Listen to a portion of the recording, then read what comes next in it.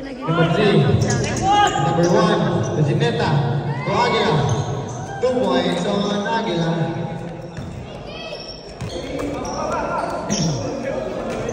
AK-47 again. 1 lang. 1-47. 2 points on Aguila. 5. Last of the goal. Still on Paco. 2 minutes remain 9. Paco. Aguila. Wala. Rebound on number 3. Tumira number 3 again. Wala rebound on Aguila.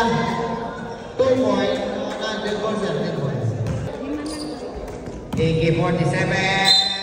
Foul and a basket. Basket. AK-47.